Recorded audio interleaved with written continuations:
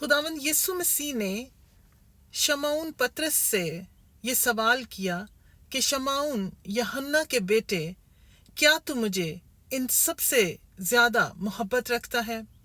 खुदावंद यीशु मसीह के ये अल्फाज मैंने यूहन्ना की किताब और उसके 21वें बाब और उसकी 15 से 17वीं जो आयत है वहाँ से लिए हैं।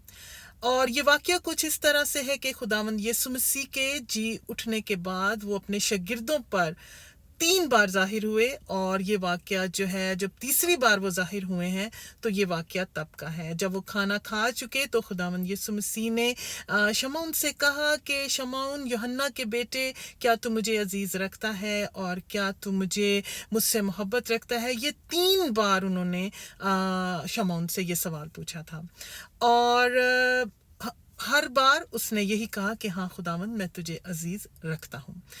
आज जो सवाल है वो ये है कि खुदावंद जो है वो हमसे हर रोज़ सवाल पूछता है।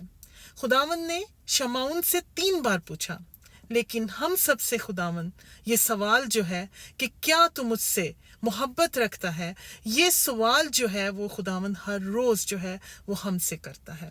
लेकिन हम सब जो है वो अपनी उलझनों में, मुश्किलों में, मुसीबतों में इतने मगन हैं कि हम खुदा की आवाज़ को नहीं सुनते।